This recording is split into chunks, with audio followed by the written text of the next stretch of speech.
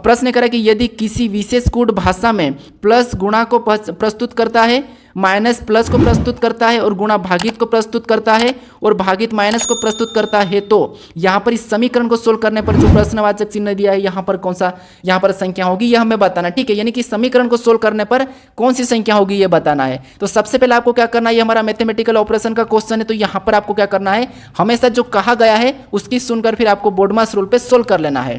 तो अब देखिए जैसे यहाँ पर हमें क्या दिया है, 8 दिया है। ठीक है, तो हम क्या करेंगे, 8 को तो लिख लेते हैं। उसके बाद यहाँ पर हमें एक चिन्ह मिला है जो कि भागित का, और यहाँ पर भागित को देखिए, भागित को माइनस, यानी कि भागित को माइनस, भागित किसको प्रस्तुत करता है, तो माइनस को। तो हम क्या करेंगे, यहाँ पर भागित की जगह माइनस लगाएंगे और 4 को लिख लेंगे। ठीक है, उसके बाद हमें बीच में कौन सा चिन्ह मिला, गुणा, और गुणा को यहाँ पर देखिए, गुणा किसको करता है, तो गुणा यहाँ पर भागित को प्रस्तुत करता है। ठीक है, तो हम क्या करेंगे, यहाँ पर भागित का चिन्ह लगाएंगे गुणे की जगह और अगली संख्या 2 को लिख लेंगे। उसके बाद हमें यहाँ पर कौन सा चिन्ह, माइनस मिला है, और यहाँ पर माइनस किसको प्रस्तुत करता है, तो यहाँ पर प्लस को करता है। तो यहाँ पर हम प्लस का चिन्ह लगा के 9 को लिख लेंगे और अगला चिन्ह हमें यहाँ पर प्लस दिया है और प्लस यहाँ पर गुणे को प्रस्तुत करता है, तो यहाँ पर हम गुणा लगा के 3 को लिख लेंगे। अब हमें इस समीकरण को सोल्व करना है। ठीक है, तो अब देखिए समीकरण को सोल्व करेंगे तो आपको ये पता है कि बोडमास रूल में सबसे पहले भागित को सोल्व करते हैं। तो यहाँ पर इसमें भाग दे देंगे तो कितने बचेंगे, 2 बचेंगे। ठीक है, तो 8 हमारा वैसा ही उतर जाएगा, ऊपर से प्लस 9 गुणे 3 भी वैसा ही उतर जाएगा। ठीक है, ये हम उतार लेते हैं स्टेप बाय स्टेप करने के लिए। अब देखिए माइनस, यहाँ पे 8 और -2 तो वैसा ही रहेगा, प्लस भी वैसा ही लगेगा, लेकिन इसमें अब गुणा होगा। तो यहाँ पर गुणा होगा तो 9 3 कितना होंगे, 27 होंगे। ठीक है, उसके बाद यहाँ पर देखिए 8 में से हम 2 को यहाँ पर घटा लेते हैं, तो 8 में से 2 को घटाएंगे तो 6 होगा, और प्लस यहाँ पर देखिए कितना होगा, तो यहाँ पर 27 हो जाएगा। ठीक है, अब प्लस 27, अब 27 प्लस हो जाएगा। अब यहाँ पर 27 प्लस करेंगे और 27 में यहाँ पर देखिए 6 को जोड़ देंगे तो हमारे यहाँ पर कितना हो जाएंगे, 33 हो जाएंगे। ठीक है, तो 33 हमें यहाँ पर ऑप्शन में देखना है कि 33 कहाँ पर है, तो ऑप्शन नंबर यहाँ पर देखिए डी में दिया है, मतलब ऑप्शन नंबर डी हमारा यहाँ पर सही जवाब होगा। ठीक है, तो जब भी आपको ऐसा प्रश्न पूछा जाए कि प्लस का अर्थ माइनस, माइनस का अर्थ गुणा, ऐसा कुछ प्रश्न पूछा जाता है और एक समीकरण दी जाती है, तो आपको चिन्ह बदल के उस समीकरण को सोल्व करना है, आपका प्रश्न ऑटोमेटिक सोल्व हो जाएगा। ठीक है, अब चलिए हम बढ़ते प्रश्न 12 पे। अब 12 नंबर का प्रश्न दिया है। ठीक है, अब प्रश्न करें कि नीचे दिए गए पासे में अंक 1 वाले फलक के विपरीत फलक का अंक होगा। यानी दोस्तों यहाँ पर यह प्रश्न पूछा है कि एक पासा दिया है और इसमें 1 के विपरीत कौन सी संख्या होगी यह हमें बताना है। ठीक है, तो देखिए हम अभी तक जो भी प्रश्न सोल्व करते हैं पासा का, तो 1 से अधिक 2 3 4 पासे ही सोल्व करता है। ठीक है, लेकिन इस वीडियो में आपको सिंपल एक पासा मिला है। अब एक पासे में हम क्या करते हैं, हमेशा आप कंफ्यूज हो जाते हैं और प्रश्न को गलत कर लेते हैं। भले ये प्रश्न आपको आता होगा क्योंकि एक पासा है, हर किसी को आता होगा, लेकिन फिर भी आप गलत करते आते हो। ठीक है, तो मैं यहाँ पर वो भी बता देता हूँ, क्योंकि अपन प्रैक्टिस सेट सोल्व कर रहे हैं, तो हर प्रैक्टिस सेट में आपको हर प्रकार के प्रश्न मिलना चाहिए।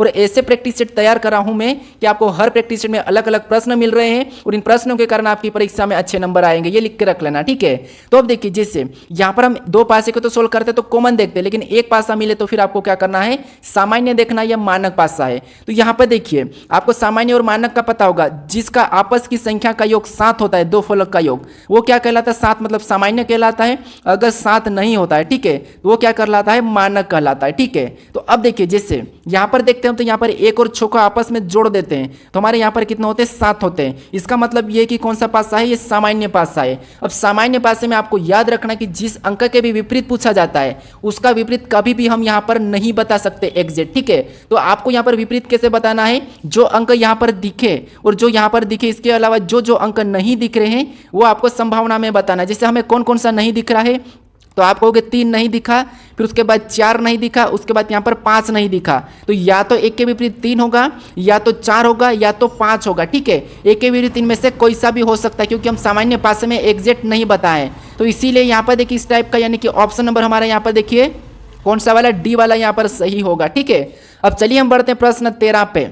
अब 13 नंबर का प्रश्न दिया है। अब प्रश्न करा कि दिए गए उत्तर में से कौन सा निम्नलिखित शब्दों का सार्थक क्रम को होगा। यानी दोस्तों यहाँ पर हमें दिया है परिवार, समुदाय, सदस्य, इलाका और देश दिया है, तो इसको हमें क्या करना है, सार्थक क्रम में रखना है। ठीक है, अब सार्थक क्रम में आपको पता होगा या तो घटते क्रम में या बढ़ते क्रम में। ठीक है, या तो घटते क्रम में या तो फिर बढ़ते क्रम में, यह आपको पता होगा। तो देखिए कोई सा भी एक क्रम लगेगा। तो अब देखिए यहाँ पर सबसे पहले हम देखिए अगर ऑप्शन से भी लेंगे तो 3 3 तो है ही सही। तो सबसे पहले तो हम देखिए सदस्य लेंगे। अब सदस्य होगा, सबसे पहले कौन होगा, सदस्य होगा, और सदस्य के बाद एक क्या बनता है, परिवार बनता है। ठीक है, तो हम 1 नंबर को लेंगे और परिवार बनने के बाद एक समुदाय बनता है, यानी कि दूसरे नंबर को लेंगे, और समुदाय बनने के बाद वहां पर समुदाय से एक इलाका बनता है, तो हम चौथे नंबर को लेंगे और चौथे नंबर के बाद हमारा कौन सा बनता है, तो इलाके के बाद एक देश बनता है, तो हम 5वें नंबर को ले लेंगे। अब ऑप्शन में देखना आपको यहाँ पर कि 31, 24, 5 कहाँ पर है, तो 31, 24, 5 ऑप्शन नंबर सी में दिया है, तो ऑप्शन नंबर सी हमारे यहाँ पर सही जवाब होगा, यानी यही हमारा सार्थक क्रम होगा। ठीक है, अब चलिए हम बढ़ते हैं प्रश्न 14 पे। अब 14 नंबर का प्रश्न दिया है। ठीक है, अब प्रश्न कह रहा है कि अंग्रेजी वर्णमाला में अक्षर वाई और ओ के मध्य स्थित अक्षर बाईं ओर से 8वें अक्षर के दाईं और छठा अक्षर कौन सा होगा, यह प्रश्न पूछा है। ठीक है, अब देखिए हमें क्या करना है, सबसे पहले तो यहाँ पर देखिए प्रश्न कह रहा क्या, तो अंग्रेजी वर्णमाला में अक्षर वाई और ओ के मध्य स्थित, ठीक है, यानी अक्षर वाई और ओ, तो एक तो ये हमारा ओ हो गया और इधर हमारा वाई हो गया, ये वो वाई हो गया। ठीक है, अब देखिए हमें यहाँ पर कह रहा कि यहाँ पर बाईं ओर से 8वें अक्षर के दाईं और छठा अक्षर कौन सा होगा, तो यहाँ पर सबसे पहले बाईं ओर से 8वां अक्षर, मतलब यहाँ से 8वां अक्षर ओ के बाद क्या होता है, तो आप लोग इसमें लिख लेते, ओ के बाद पी, फिर यहाँ पर क्या हो जाएगा, तो देखिए ओ के बाद तो पी हो गया। ठीक है, फिर देखिए ओ के बाद हमारा यहाँ पर पी, फिर यहाँ पर हमारा क्यू, उसके बाद यहाँ पर आर, फिर हमारा एस, फिर यहाँ पर टी हो जाएगा, फिर हमारे यहाँ पर यू, फिर वी हो जाएगा, फिर डब्ल्यू और फिर हमारा एक्स हो जाएगा। ठीक है, तो हमें यहाँ पर बाईं ओर से 8वें अक्षर, यानी कि बाईं ओर मतलब 1, 2, 3, 4, 5, 6, 7, 8, ये हमारा 8वां है। ठीक है, फिर 8वें अक्षर के दाईं और छठा अक्षर कौन सा होगा, ये प्रश्न पूछा है। तो यहाँ से फिर दाईं ओर मतलब वापस जाएंगे तो 1, 2, 3, 4, 5, 6, तो कौन सा आ रहा हमारा यहाँ पर क्यू आ रहा है। ठीक है, छठा अक्षर कौन सा आ रहा है, दाईं ओर से छठा कौन सा आ रहा है हमारा, वापस से क्यू आ रहा है, तो यहाँ पर कौन सा होगा, क्यू हो जाएगा, मतलब ऑप्शन नंबर हमारा यहाँ पर ए वाला सही जवाब होगा। ठीक है, कौन सा वाला, ए वाला, क्योंकि सबसे पहले इसने बाईं ओर से 8वें अक्षर बोला था, तो यहाँ से हम 8वें अक्षर तक पहुंचे, फिर वहां से इसने क्या कहा, दाईं ओर से छठा अक्षर, तो दाईं ओर से छठा अक्षर हमें यहाँ पर क्या मिल रहा है, क्यू मिल रहा है, मतलब ऑप्शन ए हमारा यहाँ पर सही जवाब होगा। ठीक है, अब चलिए हम बढ़ते प्रश्न 15 पे।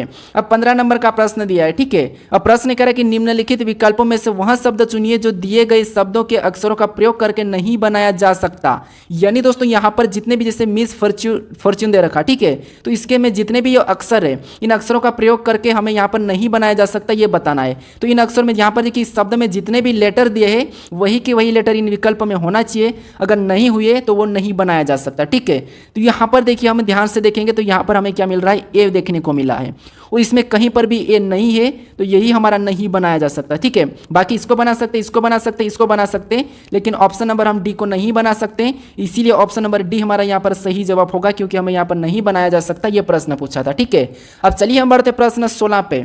अब 16 नंबर का प्रश्न दिया है। ठीक है, अब प्रश्न कह रहा है कि निम्नलिखित प्रश्न में कथनों के बाद निष्कर्ष दिए गए कथनों के आधार पर निष्कर्ष का अध्ययन करें और अपने उत्तर के रूप में उचित विकल्प का चयन करें। यानी दोस्तों इस टाइप के प्रश्न को पता नहीं आप कैसे सोल्व करते हो, ये मुझे नहीं पता है, लेकिन मैं मेरा तरीका बता रहा हूँ आपको, हमेशा प्रश्न कभी भी गलत नहीं होगा, ये समझ लेना। ठीक है, ये भी हमारा कथन निष्कर्ष का है, लेकिन यहाँ पर बड़े और छोटे का खेल है। ठीक है, अब देखिए जिसके भी तरफ मान लीजिए ये क्या है, एक चिन्ह दिया है, और इधर देखिए ये इसको क्या बोलते हैं अपन, ये मुंह खुला हुआ। ठीक है, ये इसका मुंह खुला हुआ, ये मुंह बंद है, तो जिसके भी तरफ मुंह खुला हुआ है वो बड़ा होगा। ठीक है, ये समझ लो, जिसके तरफ मुंह खुला है वो बड़ा होगा, बस ये समझ लो। अब आपको यहाँ पर कैसे प्रश्नों को सोल्व करना, मेरा तरीका समझिए, थोड़ा सा सब्र करके समझ लोगे तो आप हमेशा प्रश्नों को आसानी से सोल्व कर लोगे। यहाँ पर कोई तरीका आपको याद करने की जरूरत नहीं है। ठीक है, कैसे, अब देखिए अब कथन कह रहा है कि पी, यहाँ पर एक चिन्ह दिया है और आई लिखा है, तो आपको यहाँ पर इसका डायग्राम बना के समझना है। कैसे समझिए, जैसे पी के बाद यहाँ पर एक चिन्ह दिया और इस चिन्ह के बारे में मैं अभी बताया था कि जिसके तरफ मुंह खुला वो बड़ा है, जैसे ये मुंह बंद है मतलब छोटा है और इधर खुला है मतलब ये बड़ा है। तो अब देखिए पी दिया है, ठीक है, क्या दिया है, पी दिया है, और पी के तरफ तो मुंह बंद है लेकिन इस तरफ क्या है, खुला है, मतलब आई क्या है, पी से बड़ा है। आई पी से बड़ा है तो हम क्या करेंगे, आई को ऊपर लिख लेंगे। ठीक है, अब देखिए आई क्या है, पी से बड़ा है, हमने ऊपर लिखा, फिर और आगे देखेंगे तो यहाँ पर आई के तरफ मुंह खुला है और वी के तरफ बंद है, मतलब वी क्या है, आई से छोटा है, तो वी क्या हो जाएगा, आई से छोटा है, मतलब वी इधर नीचे हो जाएगा। ठीक है, क्या हो जाएगा, नीचे हो जाएगा, क्योंकि ये आई से छोटा है। अब देखिए ये क्या है, आई से छोटा है कौन, वी। उसके बाद और भी देखेंगे तो यहाँ पर देखिए वी के तरफ मुंह खुला है किसका, और देखिए वी के तरफ मुंह खुला है और इसमें बीच में। ठीक है, तो यहाँ पर वी क्या है, तो वी ओ से बड़ा भी है और बराबर भी है, तो हम क्या करेंगे, वी क्या है, ओ से बड़ा भी है, वी क्या है, ओ से बड़ा भी है और बराबर भी है। ठीक है, अब ये बराबर भी है तो हम दोनों रखते हैं, ये बड़ा भी है और बराबर भी है। अब देखिए इसके बारे में निष्कर्ष क्या कहा, हमें ये देखना है। अब आपको ये तो समझ में आ चुका हो कि यहाँ पर इनको कैसे देखना है। ठीक है, अब देखिए इसके बारे में निष्कर्ष क्या कहा, तो निष्कर्ष कह रहा है कि देखिए आई जो क्या है ओ से बड़ा है, तो आपको यहाँ पर आई ओ से बड़ा दिखा, तो हाँ आप कहोगे यहाँ पर आई क्या है ओ से बड़ा है, क्योंकि यहाँ पर भी देखिए आई की तरफ मुंह खुला है मतलब आई ओ से बड़ा है, ठीक है। और यहाँ पर बड़ा है मतलब ये तो सही है, ठीक है, क्योंकि वहाँ पर भी हमारा निष्कर्ष में यानी कि कथन में दिखा है, ठीक है, तो ये तो सही है। अब दूसरे को देखेंगे तो दूसरा कह रहा है कि ओ क्या है छोटा है किससे 20 से, तो यहाँ पर देखिए 20 से कौन है ओ छोटा है, तो ये बात तो सही है, लेकिन ये बराबर भी कहा था, ठीक है। तो यहाँ पर हमारी संभावना बनी थी, क्या बनी थी, संभावना बनी थी, तो इसीलिए यहाँ पर हम क्या करेंगे, इसमें यहाँ पर कहना था कि यहाँ पर ये लाइन लगनी थी, कौन सी वाली, ये वाली, ओ क्या है तो ओ क्या है छोटा भी है और बराबर भी है करके अगर ये लाइन लगती तो हम इसको हम सही मानते हैं, लेकिन अभी तक हम इसको क्या करते हैं, गलत मानते हैं। तो हमारा केवल यहाँ पर कौन सा वाला निष्कर्ष सत्य होगा, तो केवल हमारा पहला वाला यानी कि ए वाला हमारा यहाँ पर सही होगा, ठीक है, क्योंकि जो ओ है इससे तो छोटा भी है लेकिन बराबर में भी है, ठीक है, तो हमें ये वाला चिन्ह मिलना था बराबर वाला भी, ठीक है, तो इसीलिए यहाँ पर हम क्या मानेंगे, केवल एक को मानेंगे, मतलब ए वाला यहाँ पर सही जवाब होगा। अब चलिए हम बढ़ते प्रश्न 17 पे। अब 17 नंबर का प्रश्न दिया है, ठीक है। अब प्रश्न करा कि नीचे दी गई आकृति में त्रिभुज की संख्या ज्ञात कीजिए, यानी इस आकृति में आपको बताना कि कितने त्रिभुज की संख्या है, ठीक है। तो अब देखिए अगर आपको यहाँ पर त्रिभुज की संख्या गिनने में थोड़ी सी की भी दिक्कत आ रही है तो थोड़ा सा आप समझ कर देखिए, जिससे यहाँ पर हम क्या करेंगे, त्रिभुज की संख्या को गिनेंगे, तो देखिए इतने वाले भाग को ले लेते हैं, यहाँ से हम इतने वाले भाग को लेंगे, ठीक है।